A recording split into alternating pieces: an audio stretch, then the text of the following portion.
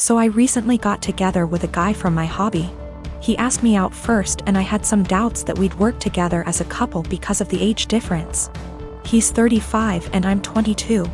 So, in my apartment, since it's an old house that was originally a single-family house, there isn't much soundproofing. And the floors creak when people move. I've gotten used to the sound of the guy upstairs getting up at 4 a.m. since he starts work at 5. And the sound of the girls in the apartments to either side of mine watching telenovelas till midnight, taking work calls all day and having friends over on weekend nights. I know when I play music or have friends over, some of the sound leaks through the walls. So I'd never get upset about hearing my neighbors because it goes both ways. So, when my boyfriend started coming over more often, he had complaints about the neighbors, which put me in an awkward place. He wanted to go speak to them or have me text them and I said no. For example, one of the early times he stayed over we went to bed around 10. He wanted me to ask my neighbor to turn down her TV. I said she didn't have it that loud and she turns it off at midnight anyway. At 4 a.m., he got very irritated with my upstairs neighbor getting up and cooking breakfast. I said that he would be done by 5 because that's when his shift starts. At 7 a.m., he was still trying to sleep in and the neighbor on the other side had some work calls that he said he couldn't sleep through. I offered him earplugs and he said he couldn't sleep with them in either. He wanted me to ask her to quiet down. He had similar comments every time he heard someone else in the building just living their life, especially if it was when he was in bed. I got frustrated with my boyfriend and told him, you can't expect to date a hot young 22-year-old and not want to deal with a 22-year-old's living situation. I don't know if you realize, but this is a normal apartment for someone my age. Hell, my neighbors are pretty great. Nobody's throwing loud parties on work nights. Nobody's having screaming fights. Nobody's having babies. The hot young part was in sarcastic air quotes because those were his words, not mine. He got irritated and asked why I was bringing age into it. And I said it's because he can't both want someone so young and also want someone with house kinda money. And he was being so out of touch with how normal people in their 20s live. He got really irritated with me bringing age into it. And even more annoyed when I'd respond to his neighbor complaints in the future with, okay, boomer. Or tell him that if he wanted me to have a rich person apartment, he could pay for it. It's not possible for me to get to his house on my own because I don't have a car and the buses don't go that far into the suburbs. So that would mean him driving 30 minutes from his house in the suburbs to pick me up, then an extra 30 to drive me to his house. Then an hour round trip early in the morning to get me home in time for work. It's a lot easier for him to visit me in the city. I am using boomer as a joke or a figure of speech to say acting out of touch and entitled to tell other people what to do. It is a common figure of speech to say, okay, boomer, to someone who is acting entitled regardless of their actual age. It's more of a mindset thing. I googled his property records for his house and he CO owns it with a woman who shares his last name. Holy shit. I don't know if she's his wife or ex-wife or what, but I'm out of here. I'm honestly freaking out right now, but I just gotta say, great big thank you to everyone who noticed red flags and made me question that. I've blocked his number. He can have fun figuring out where I went. My husband, Asian, and I, American, welcomed our firstborn 4 weeks ago. The baby is healthy, thank God, but I'm exhausted, haven't fixed my hair, barely able to shower and cannot sleep. My husband's family had been pressuring us to visit to meet the baby. I tried to hold them off as much as I could, but yesterday, I was surprised to find them standing on the porch. Turns out hubby invited them for dinner. I was embarrassed and felt like I wasn't ready for visitors, judgmental ones at that, cause the house was a mess, y'all.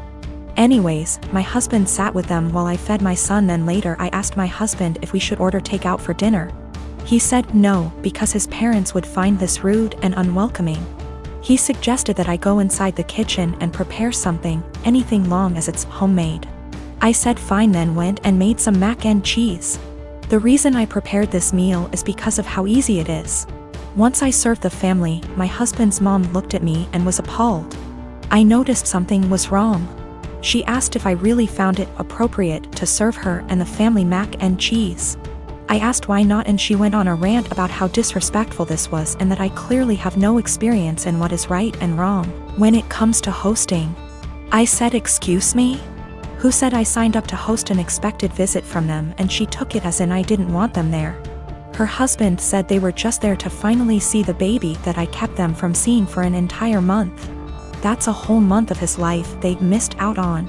We had an argument and they decided to go home. My husband said that deciding to serve his family mac and cheese was more offensive than serving them nothing at all. I told him I was too exhausted to cook their traditional feasts that I was forced to learn from his mom. He took offense and said that I was being mean and disrespectful towards not only his family but his culture. I went inside the bedroom to stay with my son. My husband stayed on the phone with his family for an hour, then kept giving me the cold shoulder, and refused to eat what I cook in support of his family. I understand how some guests might find it offensive, especially his family, but I was just trying to make a quick homemade meal like my husband wanted. I'm 23. I've known I was adopted all along. For whatever reason, I became obsessed with learning more about my birth parents at age 13. I was told all my life that my parents met both of my birth parents before I was officially adopted. My mom was white from South America and my dad was white from Italy. They specified these two locations to explain why I had tan skin. As I was growing up, certain things about my physical makeup made me more curious about my birth parents. My hair was kept short as a kid, but as a teen I wanted to experiment. I grew it out and it grew out curly. Big curls, but still curly. This upset my parents, so they asked that I not grow it out. When I moved away for college, I began to let it grow again. I met my girlfriend in school. She is Black American, so she also helped me care for it. She once braided my hair before I FaceTimed my parents, who lost it on me for wearing it that way. Throughout my time in school, I still searched for my birth mom, but would always come up empty. My girlfriend hinted that there must have been a mistake with the information, even down to the name my parents claimed I had before they adopted me. She gifted me a DNA kit on my birthday that I didn't get around to until the lockdown hit. I didn't think anything would come of it because my parents weren't American, so I didn't know if it would work that way. So I sent it out of boredom and got my results weeks later, which have changed everything. I'm Black and Middle Eastern. I have light skin and my curl pattern is so loose that I hadn't considered it a sign before. I have ancestral ties to Iran, which can explain a more European facial structure. I'm sorry for my wording, I'm still learning. I sent my GF a screenshot and she called me right away. We were both stunned, though she long suspected. I tried to believe that my parents were innocently misinformed, but my girlfriend kept pointing out the inconsistencies. My parents claimed to have met my birth parents, therefore they couldn't have mistaken them for white. I confronted my parents, who became enraged at me for doing a DNA kit. I was very angry, yelling, swearing. They robbed me of my identity and hindered my search with their lies. My mom told me through tears that my racial background comes with a stigma that I passed, so she wanted me to have an easier life fitting in. My dad yelled at me that I had to abandon what I just learned. I rage broke my phone and left. My siblings have been hitting me up on social media, reprimanding me for being upset because our parents' reasoning is sound. I do pass, I did have an easy life. I'm not asking to be part of a struggle all of a sudden. I just don't think I should have been lied to, and I think their reasoning is bullshit and racist. I'm just supposed to act like 10 years of me searching with the wrong info isn't that big of a deal? My parents admit that my mom was Black. My oldest sister also recalls seeing my mom at some point. Both verify that she was Black. Yes, they could be lying again. I have plans to continue to look into my background. My girlfriend was very hurt by their statements, so I chose to keep us both away from them. I don't understand how. I'm angry about being lied to and how that lie has made my effort into finding my birth parents completely void, while also rewriting my heritage. That's my girlfriend's stance as well. I'm tan enough that going to an all-white school still got me called slurs. Whatever issues my parents were trying to shield me from, it didn't work. Maybe this is a lie that I bought into alone. 2 of my siblings are trying to be supportive. I deactivated my Facebook and unfollowed some people on Instagram. I can't entertain the argument that I should forgive my parents and move on. I'm not there yet. I get that it makes me ungrateful for feeling this way. I don't hate them, I'm just really upset and disappointed in their decisions. I recently won an all-expense-paid trip to Disney World for 4 nights, for myself and 3 guests. I am currently planning on bringing my boyfriend, my mother, and my boyfriend's mother. I know we all aren't exactly Disney's key demographic, but it honestly means a lot to our mothers that I am inviting them. Both my boyfriend and I grew up in poorer families that could never afford expensive vacations. And this is the first trip to Disney World for all of us. I know this is probably the only opportunity our mothers will ever have to go to Disney. And for now they are both in good enough health to still enjoy the rides. The problem is with my cousin, Jane, who has been hounding me to take her 5-year-old daughter, Kelly, instead of my boyfriend's mother. I know, what kind of monster am I for not wanting to bring a little girl to the place where dreams come true? Except Jane's family has already been to Disney World twice, most recently earlier this year in February.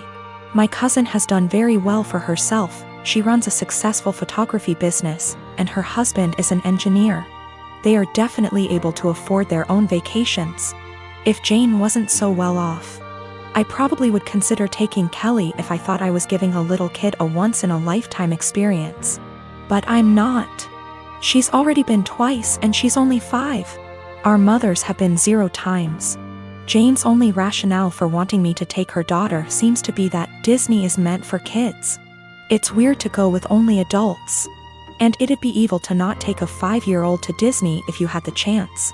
There's also the issue of Kelly herself. She's not a completely terrible child, but she's whiny and throws tantrums regularly. I don't really want to spend a week with that. Also, what if she gets homesick? What if she gets actually sick? What if she gets lost? I'm not a parent myself and I would have no idea what to do in those situations. I also don't want to saddle my mother with the responsibility of caring for her. I babysat Kelly before, but only for a few hours at a time. I'm not sure why my cousin is even comfortable with the idea of me taking her child 3 states away. We are in North Carolina, so it's not like Orlando is just a short drive down the road if something happens. I tried telling Jane I'm not comfortable bringing Kelly, and she just said this is a good opportunity to find out what being a parent is like. What? She's almost acting like I'm not serious about not bringing Kelly, and I'm just pretending I don't want to bring her. It's really weird. Jane and I have always been very close, like we are sisters. And I'm afraid this has the potential to ruin our relationship once it comes to a head. What is the best way to tell her no without sounding like an evil child hater, or am I being selfish for not taking a kid to Disney?